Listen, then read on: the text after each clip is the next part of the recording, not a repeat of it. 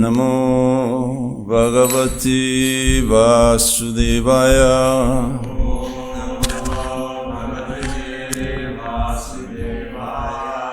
Om Namo Bhagavati Vasudevaya.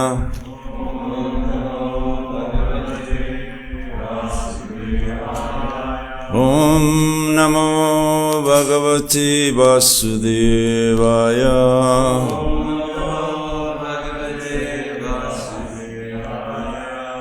Together. Narayanam Namaskritya Naram Chaiva Narottamam Devim Saraswatim Vyasam Tato Jayam Dirayet Nasta Prayesha Badrishu Nityam Bhagavata Sevaya Bhagavati Uttama Shloke Bhaktir Bhavati Naistiki.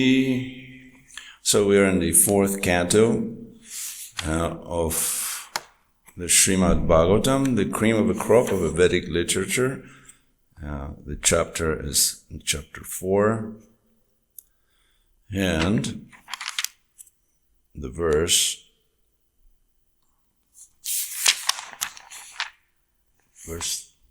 7, yeah. That's what I thought.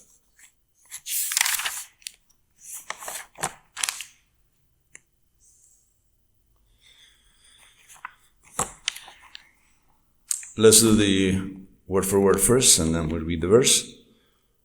Tam, her, sati. Agatam, having arrived. Tatra, there.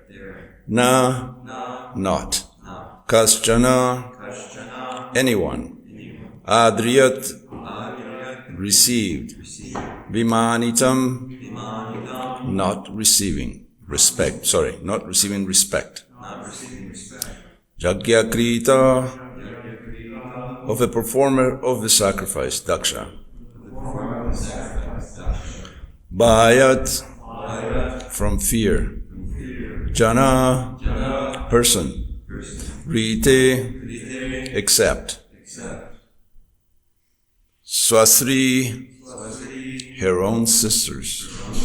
Vai, indeed. Jananim, mother. Cha, and. Sa'adara, with respect. Prema Ashru Kantya, whose throats were filled with tears of affection. Parishashvaju, embraced. Muda, with glad faces. Tammagatam tatra nakaschana driyad. Tamagatam tatra nakaschana driyad. Vimanitam jagyakrito bhayajjana. Vimanitam jagyakrito bhayajjana. Ritesvasri vai jananim cha sadara.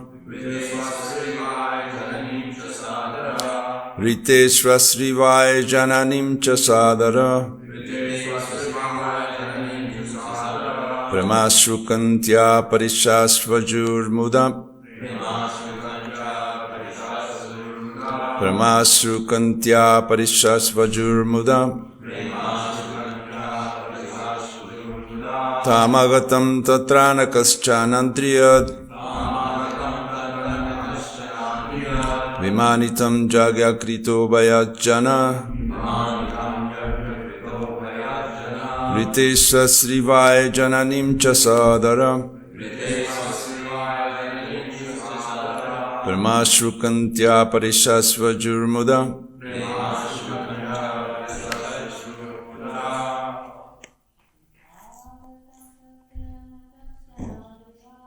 Samagatam tatra nakaschanandriyad.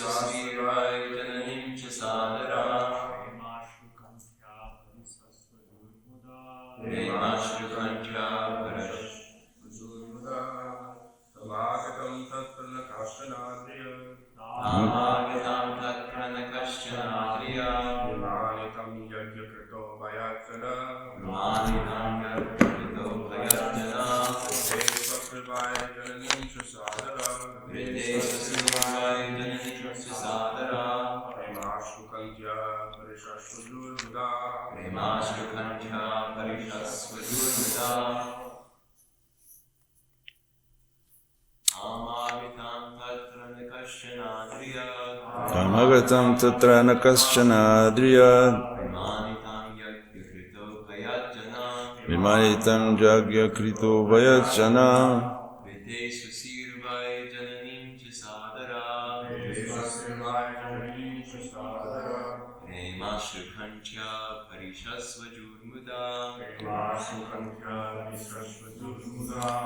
Translation and purport by Srila Prabhupada. When Sati and with her followers reached the arena, because all the people assembled were afraid of Daksha, none of them received her well. No one welcomed her but her mother and sisters, who, with tears in their eyes and with glad faces, welcomed her and talked with her very pleasingly. Please repeat. When Sati with her followers reached the arena, because all of the people assembled were afraid of Daksha, none of them received her well. No one welcomed her but her mother and sisters, who with tears in their eyes and with glad faces welcomed her and talked with her very pleasingly. Purport. The mother and sisters of Sati could not follow the orders, who did not receive the others, tacit orders from Daksha, who did not receive Sati very well. Due to natural affection, they immediately embrace her with tears in their eyes and with loving feelings. This shows that a woman as a class are very soft-hearted. Their natural affection and love cannot be checked by artificial means. Although the men present were very learned Brahmins and demigods, they were afraid of their superior, Daksha, and because they knew that their welcome in Sati will displease him, although in their minds they wanted to receive her, they could not do so. Women are naturally soft-hearted, but men are sometimes very hard-hearted. I always get the nice purports. Om Agyanati Mirandasya Gananjana Shalakaya Chaksurmilitam Jena Tasmai Shri Gurave Namaha Kam Karoti Vachalam Pangum Langati Girim Yatkipata Maham Vande Shri Gurundina Taranam Paramananda Maharavam Shri Chaitanyam Ishwaram. Please bless this poor wretched soul to say something coherent and Krishna conscious. Not just today, if possible. Just let's extend it for a little longer. Maybe this lifetime. So there is a description in the next chapter of Bhāgavatam, the 5th chapter, where Daksha is mentioned as Mahatma. Now the acharyas, particularly Viraragavacharya, who is from the Ramanuja Sampradaya, describes this word Mahatma as strong-hearted. In other words, that has nothing to do with kindness and magnanimity. Is describing in reference to being unmoved by receiving, by seeing that his daughter was going to take her own life. So, and this is described as Mahatma. So it's not the same thing. And this shows the nature of people who identify with a false ego, such as men. Because women are soft-hearted naturally. Prabhupada said that at religious function you will find many more women than men. or at least they have no trouble accepting things without reservations and putting their heart into it, because they wear many times their heart on their sleeves. Whereas men, they're a little more inclined to being analytical and suspicious and skeptical and argumentative. Whereas women, my wife just confirmed that, whereas women tend to be I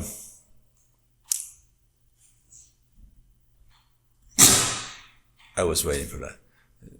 Women tend to be more keen to avoid conflict and confrontation. They just like for things to be solved, and they like to solve things by talking, and if that doesn't work, by crying. This is the ultimate puzzle solver, that if everything else fails, we just cry and everything will be okay. But this is terrifying to men, because men have a hard heart. So for men to cry is agonizingly painful. This is, especially for people my generation and before, that we were taught to be martyrs of our own false ego. Just that we should be macho men and never show our feelings, never give in to emotion. This is, I really get comments for this, from the internet.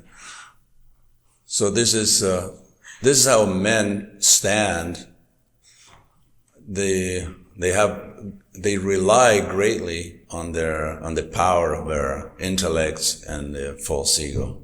And false ego is simply a traitor.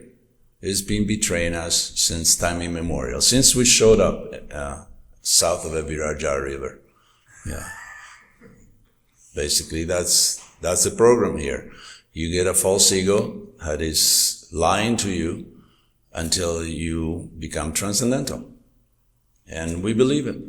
It's just, it's like women are soft-hearted, so they have a different system. For example, when domestic violence occurs, and according to police, this is when police get most injuries. Because when they intervene in a domestic dispute, they both turn against. They're all of a sudden they're fighting with each other, and the police intervenes, and then they both turn against the police. So this is because women are gullible, and they believe what men tell them, and men are just, they will say anything just to get business. So as a man beats up his spouse or girlfriend or wife, and then they somehow or other reconcile, and the man says, I promise you I will never do this again. And, until the next beating, I guess that is. So this is, so women are soft-hearted and tend to believe this. Whereas men have no, they have this extra covering, extra hardness, where they can become very cruel. Like Daksha, he shows that he is no good. Really. He sees his daughter about to take her own life, and he's unmoved. I mean, literally. He may have in the back of his mind kind of a, well, maybe this could be different, but it's not going to act upon it. So Prabhupada,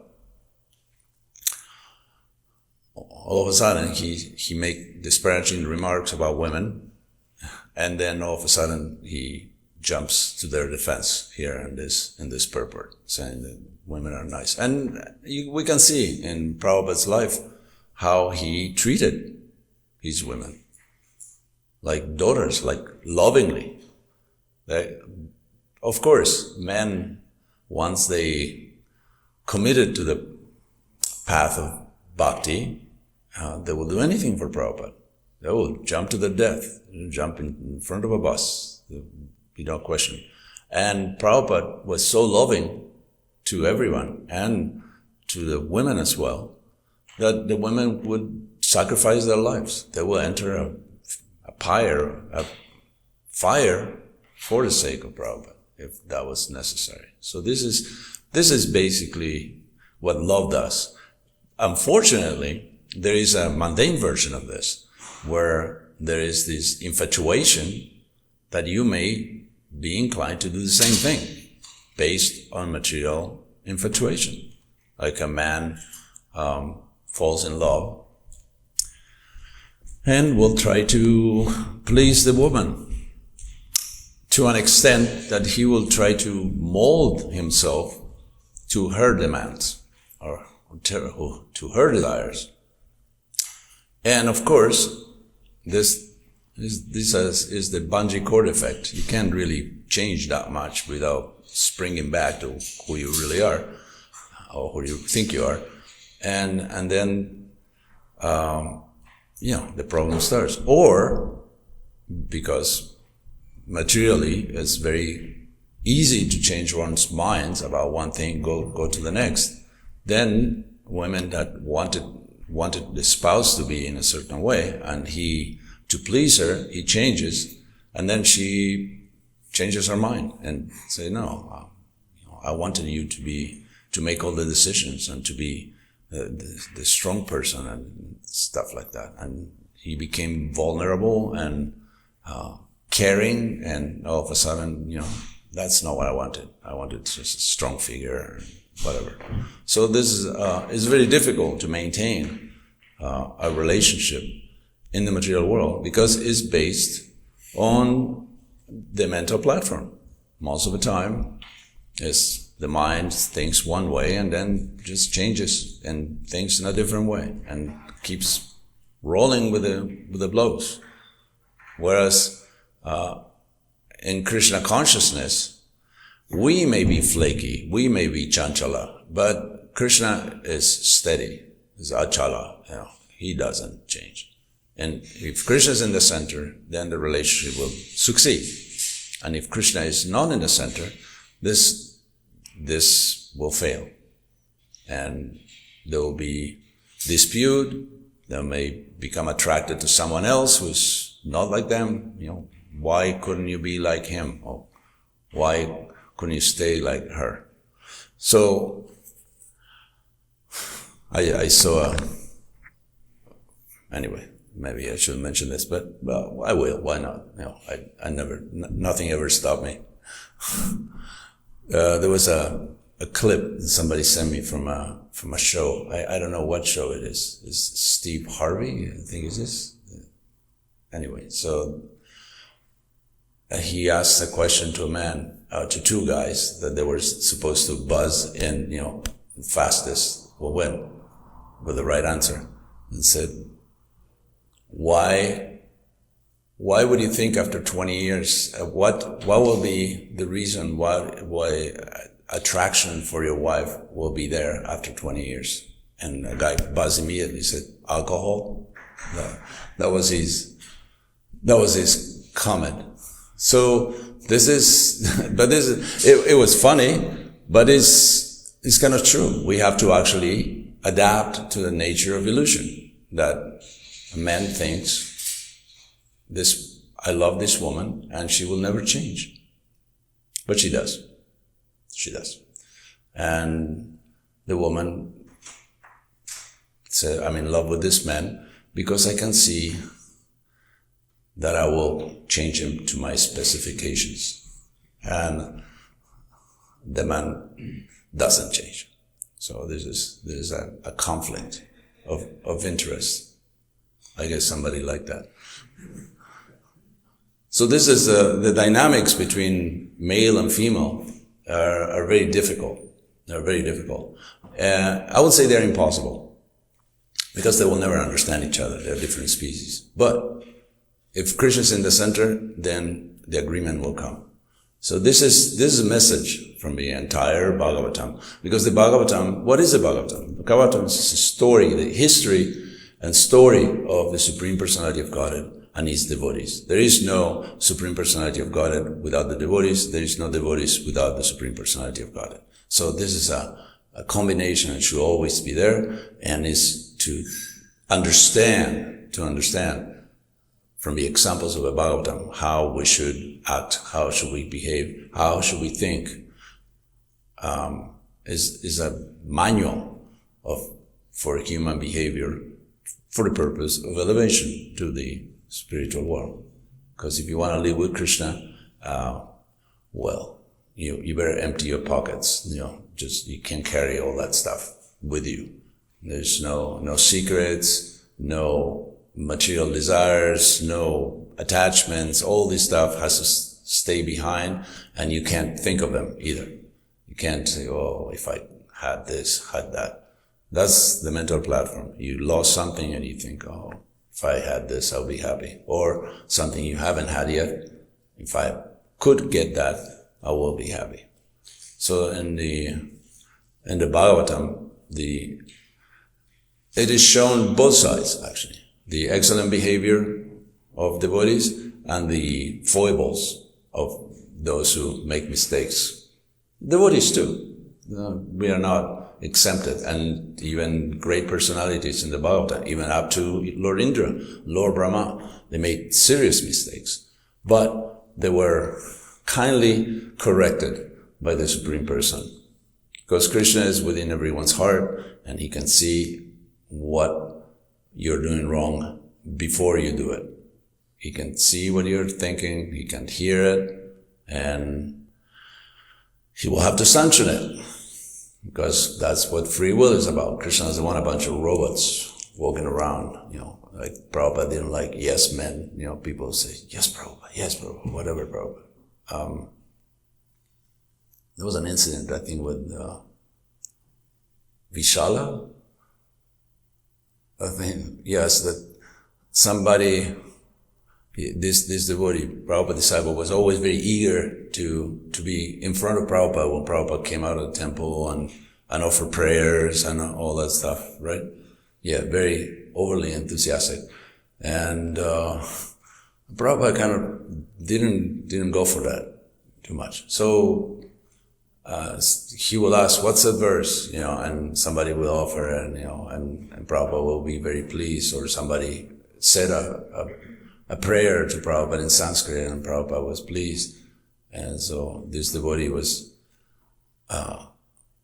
he learned a particular verse, I think, in praise of the spiritual master. So when Prabhupada came out of the temple, he just recited it out loud and so on. And Prabhupada said, there's so many verses, and kept walking. So we have to actually see what's in the heart of the Guru, and on the heart of the Supreme Person. And on the heart of the Supreme Person is that we actually see, okay, this is right, this is wrong, let's do the right thing. Even if it is a little more elaborate, a little more painful, a little lengthy, that it won't give immediate result. But it is hard actually we should compare the immediate result to having pakoras, donuts, and pizza for breakfast. It's a great idea.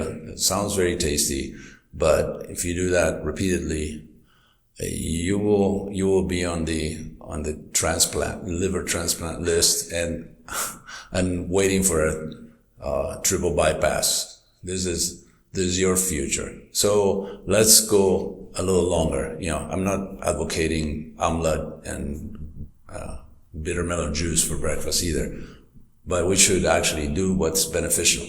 So sometimes it's very difficult. The thing is fundamental, and I said this before and I'll say it again, is the association of devotees, because that way the false ego cannot be like a bronco. It will be tamed. The devotees will somehow or other subtly or grossly, as in my case, point it out. This is, you shouldn't do this. This is not good for you, and this is not who you are. So all the problems, even the mental illnesses, even problems like depression and this sense of boredom and loneliness and solitude and so on, whatever existential brew we are actually accumulating due to the false ego feeding bad information and false things to us, it will be gone, because the Supreme Personality of Godhead will be in the center and the devotees will be there helping you, pushing you towards the Supreme Person. And this is true, this is what a true devotee does. At their own risk and for the benefit of others, they will push you towards the Supreme Personality of Godhead, even if you're reluctant, even if you're not ready. This is what real devotees do. They just tell you, okay, this is what you have to do, even as painful and difficult as it seems, it's good for your spiritual life. So we should rely on devotees even if we don't, like the method. Maybe just like a vaccination, somebody comes with a long needle and you're not prepared for that. But, it's the right antidote. You've just been bitten by a snake and you need the anti-venom. So the devotees are the anti-venom to Maya. So let's celebrate that we have still some time then to develop this process, and we haven't been kicked out by Maya enough to put us away from the association of devotees, because I have seen it in my years of practice that very apparently advanced, enthusiastic, knowledgeable devotees have gone astray and they are completely covered by Maya and they have no association of devotees. And and the worst part is that they think they're fine. I mean, one thing is to be, for some reason, due to offenses or I don't know, whatever the circumstances, may be devoid of the association of devotees and understanding this fact and hankering to be back in the fire of devotional service in the association of devotees. Another thing is to think, I'm doing okay, I'm fine. Just like when Lord Indra was cursed to be a pig, and Lord Brahma came because they had a problem with management up in the upper planetary systems, and he said, "No, I'm good. I'm all set." As they say in Boston, I'm all set. I'm good. Lord Brahma killed his family and took care of that. That's one way to do business. We shouldn't do the same thing.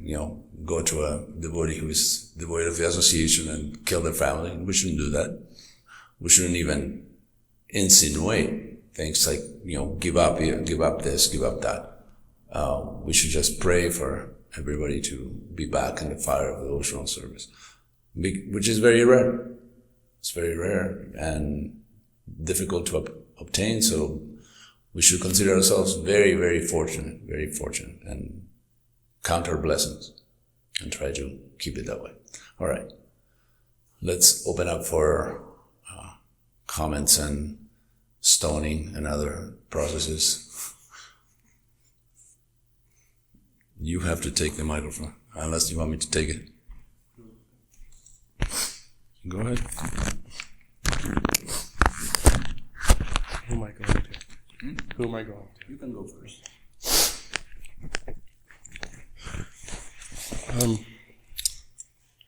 Well, what about the comments? Should we? What about the comments? You can read first. Okay.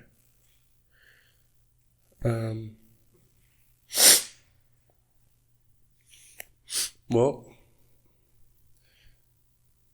there's a question from Vrinda Sundri and some comments. I don't know how to. Well, they're interspersed. I don't know if they're related. Anyways, the first comment says, I must be pretty masculine then. I must be pretty masculine then. It was from the beginning of the class. Yeah. And then she says, seems like this is stereotyping how to understand.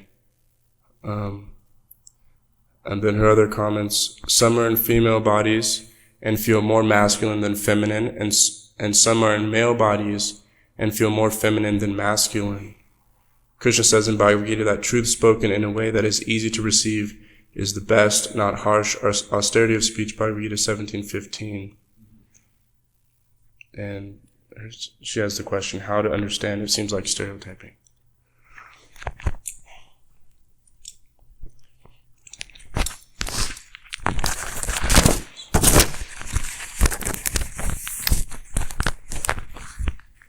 Well, if there is a stereotype, it's because the main characteristics do exist somewhere.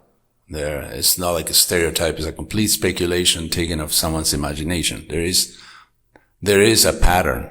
You can't negate that there is a pattern.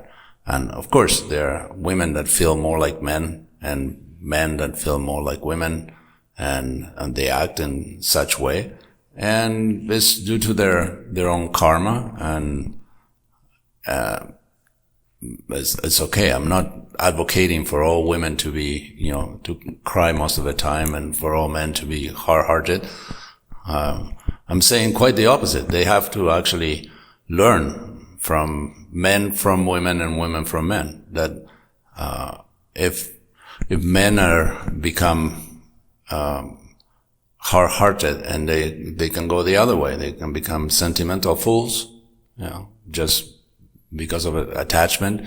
And women, sometimes they make bad decisions based on their attachment to their feelings. They don't think things through, and they act according to what they're feeling, and they feel better after doing such thing, even though they are not doing any good to themselves or others. So, yes, there is a stereotype, but it's a generalization because there is such a thing. Because there is a model, but not everybody fits. So I don't think it's a problem. Some people act in different ways all the time. Men like women, women like men, and both like fools as well. And sometimes they act very intelligently. They make the right decisions. And again, if Krishna's in the center, he probably will make the right decision. And some women ask, I can't remember who it was, asked Prabhupada if it's true that women are less intelligent. And Prabhupada said, as long as they identify with a woman's body, yes, they are. But if they don't, they don't. Prabhupada had complete trust in some of their women, and they had as much access as men or more. Like Govinda Dasi and Yamuna and Vishaka, they had more access than any of the so-called strong, intellectual, assertive men. So you don't have to, as long as you don't identify with the body, then you can make spiritual progress. And as long as you do, like Daksha, then there will be no spiritual progress. Your progress will be halted. No. This may fall again, so fall again.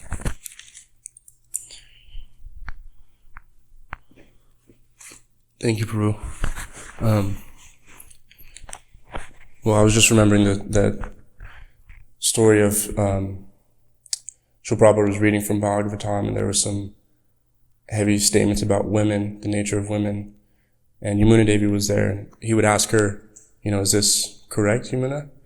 And she was, oh yes, Prabhupada, this is Bhāgavatam saying, you're saying. And I think it went on for a few days, and then he was asking, is this true? She said, yes, Prabhupada. And Giriraj Maharaj tells a story that Prabhupada's mood changed. It was kind of in a joking, but then he got grave, and he looked at Yamuna Devi and said, I'm not sure about the statistics of how prominent or numerous the separation, divorces among devotees are as compared to the rest of the population. I don't think it's higher. And as being vague to be Krishna in the center, you should ask yourself, is this what my guru will want me to do? Is this what Prabhupada will want me to do? Is this a Krishna conscious thing to do? We usually act impulsively and then we tend to apologize more than prevent, if things go wrong, and we try to fix it. I think there may be certain techniques, like Kadavadi was telling me that him and his wife, they have made a pact that after 9:30 there is no argumentation anymore. Just as the mode of ignorance kind of creeps in, they don't want to go to bed, with any resemblance of disagreement or fight or anything like that. So, it's not worth it, not worth doing it. Or you may take a time out instead of just getting into a heated argument. Because Chanakya Pandit said that fights between husband and wife shouldn't be taken seriously. And matter of fact, if you just put a pause, if you just let time go by and, just say, okay, let's take a time out. Then you come back a half an hour later and you can hardly remember what you were arguing about. Is over. And so this anger that we are very prone to have, and anger is there, and it should be used if necessary, if you can't get rid of it. Narottam Das Thakur says, Krodha Bhakta Dvije Jana, is that the act of anger has that quality, needs to be used against those who are envious of the Supreme Personality of Godhead and the devotees. So instead of using it against your saintly partner, just save it. If you need to keep it, then save it for when you have a good occasion to use it, instead of misusing it. Yes, like. And in Spanish they say, no gastes pólvora en chimangos, which means don't use your gunpowder and bullets on little birds. Save them so when you need them. So this is the same principle that you if anger doesn't dissipate, doesn't go away, there will be frustration, bewilderment, confusion after that, loss of intelligence and memory, as described in the Gita. Then you better use it against those who are inimical to the Supreme Personality of God and the devotees. And try to keep a peaceful home, if possible. If possible. I think living with anybody is difficult. Living with your guru is difficult. Living with your spouse is difficult. And if you had someone exactly a replica of yourself as a roommate, you would not be very happy either. So just settle down for some, what you have. Swami Prabhu had something to say, and then Ananda Prabhu. And I think Sri Radha also raised her hand, no? Once there was Burijan Prabhu was giving a class in Vrindavan, and I was sitting, and he, because he's a teacher, he presented a philosophical point, and can anybody help us? And my nose was itching, so I went like this, and he called me. He's like, yes. I said, I'm just scratching my nose. So he said, so you're not going to help us? Sorry.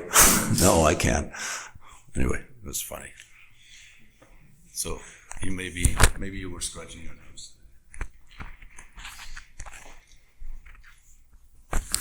Thank you, Prabhu. I was reflecting because of the series of purports here and in other places in Bhāgavatam about these archetypical ways of thinking, these patterns, these scripts that Maya plays.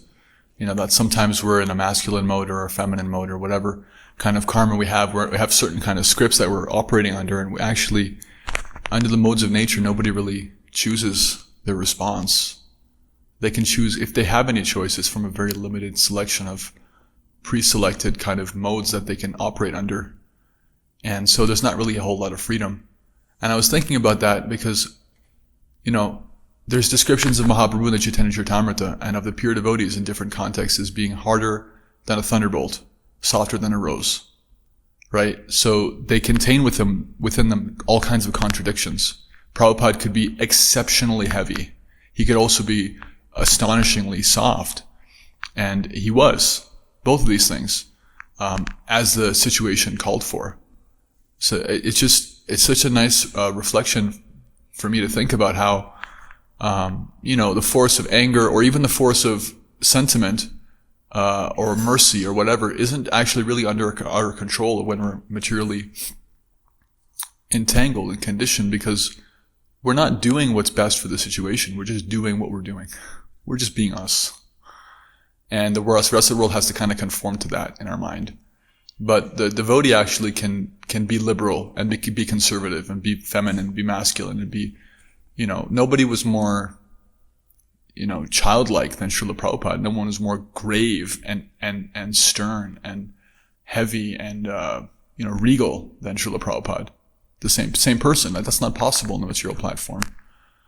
Maybe if you're some kind of schizophrenic, but you see Prabhupada, he did these things, he was these things, and he actually experienced it in relationship to Krishna according to circumstance for service. So I'm just appreciating that. Like the only way out of this kind of these gender wars or these political wars or whatever kind of duality struggle is to actually come to that platform where whatever we're doing that for service. It's not just because that's the script that Maya says that I have to be, and I'm like, oh yeah, that's me. So anyway, just a thought, reflecting on the pure devotees' qualities.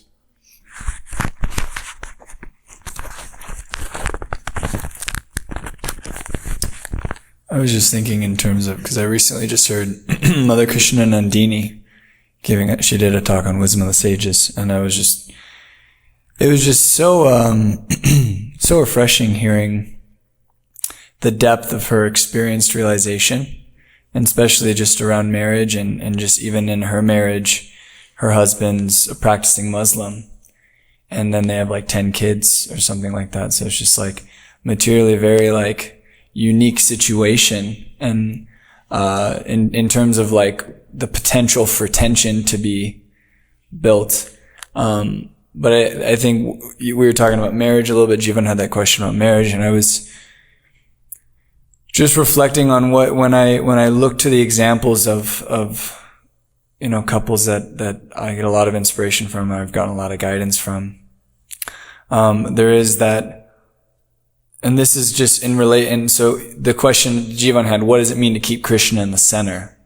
And I've heard that a definition of humility is to, allow myself to not know. So it's when there's actually a humility in relationship with another devotee, for the purpose of,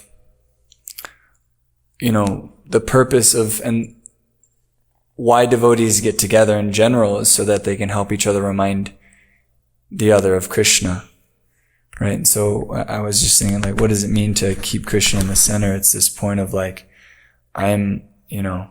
I'm here to support this person's Krishna consciousness. They're supporting my Krishna consciousness, and being able to kind of keep that in the forefront of the mind. Just, I don't know, that it came out a little bit more discombobulated than I was feeling it, but that's kind of some thoughts I was having.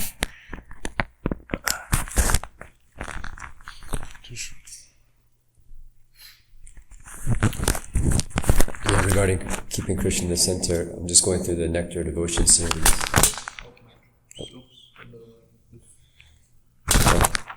This one. upgrade the technology. In the Nectar Devotion series, I'm just listening to these lectures, and in Vrindavan. So Prabhupada he's in one of the lectures, I think it's the 14th one. Anyhow, he gives example of Haridas Thakur and the prostitute. So he says, similarly, a devotee can be in the presence of so many beautiful women. And he says, and he actually says, and we can see them as gopis, meaning that if you see them as gopis, then you'll, just like if you're in the presence of the gopis, the last thing you're going to think of is exploiting them, unless you're a demon, right? Like Dvavita. Unless you're Dvavita type, you're going to see, wow, these are Krishna's intimate associates. How can I offer them a garland to give to Krishna? How can I, wash the pot that they use to boil for Krishna, whatever it might be. But I just thought it was interesting in a not a sahaja way, in any way. Srila Prabhupada said, so if you see beautiful women in that way, then you won't exploit. And then he gives example of Haridas Thakur, that he was in the presence of such a beautiful prostitute, and he saw, she actually has the potential to be a great devotee. So he had Krishna. He was so Krishna centered that even in a situation like that, he just connected everything to Krishna. Not that we can imitate, but he encouraged us. You can develop this vision. So at this point, I thought just to elaborate on when you were mentioning Krishna in the center, whether it's the house or the relationships within the family or the relationships in the community, the relationships in the public. If Krishna's in the center, then the harmony can be there.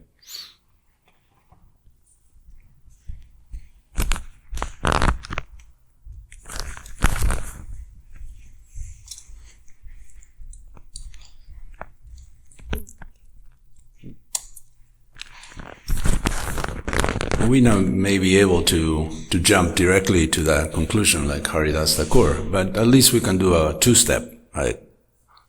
This is not for me. It doesn't belong to me. It's not for my enjoyment. That should be the first step. And then bring Krishna. This is for Krishna's enjoyment. Even if you see a beautiful woman or a woman sees a very attractive man, this is for Krishna's pleasure, it's Krishna's property. It's not for me to touch, not for me to abuse, use, or enjoy. This is not where my enjoyment should come from. That's a perverted way to get it. And we are not to sacrifice our tiny individuality and independence, because we should know, the Upanishads say you should know what your quota is, and everything else doesn't belong to you. It's not your quota.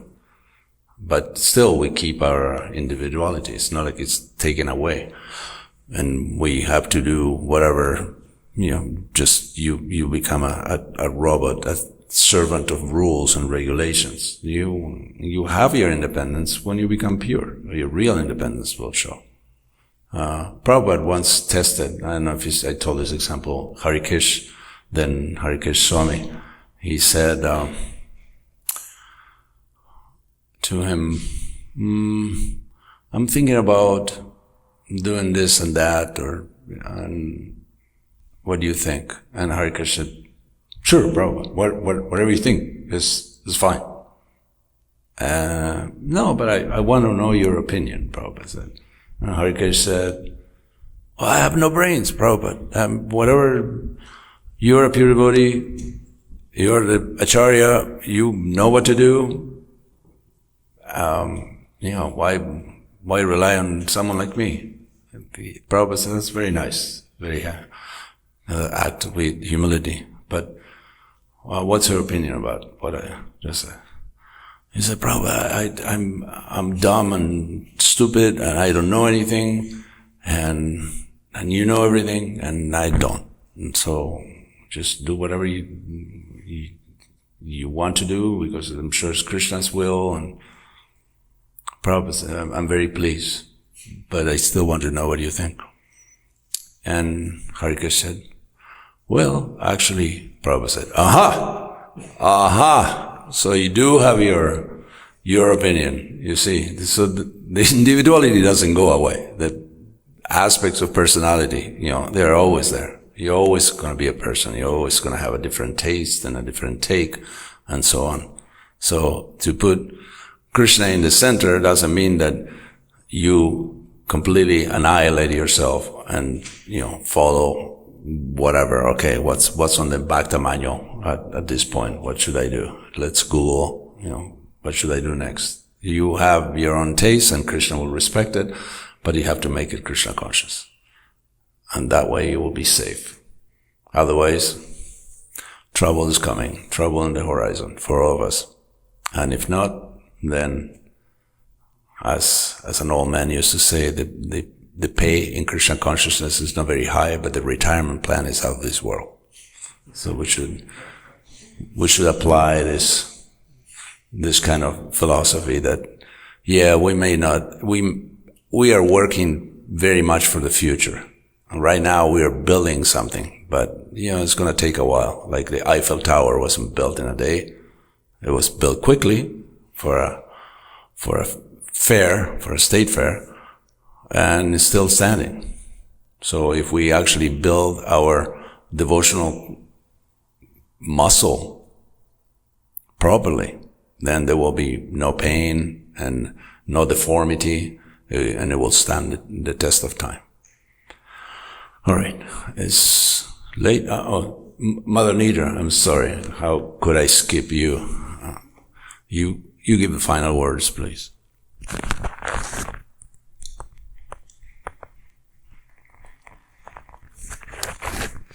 Thanks, Prabhu. So I was just thinking how in the purport it was explaining how the Brahmins were fearful and so many were fearful because of Daksha. And it seems like Daksha must have been fearful because he was, proud, had false ego. And it seems that Sati, it seems like she didn't have any fear. And of course, Lord Shiva didn't have fear. Maybe he had concern. But anyway, I was just wondering if you could say something about this kind of fear aspect, because sometimes devotees fear, to, like you're saying, Prabhupada wanted him to, Harikesh, to say how he felt. So sometimes devotees are afraid, like these brahmanas and others, they were afraid to express themselves, even if maybe they wanted to greet Sati. So I was just wondering if you might want to say something about this fear factor and, how do we see it properly?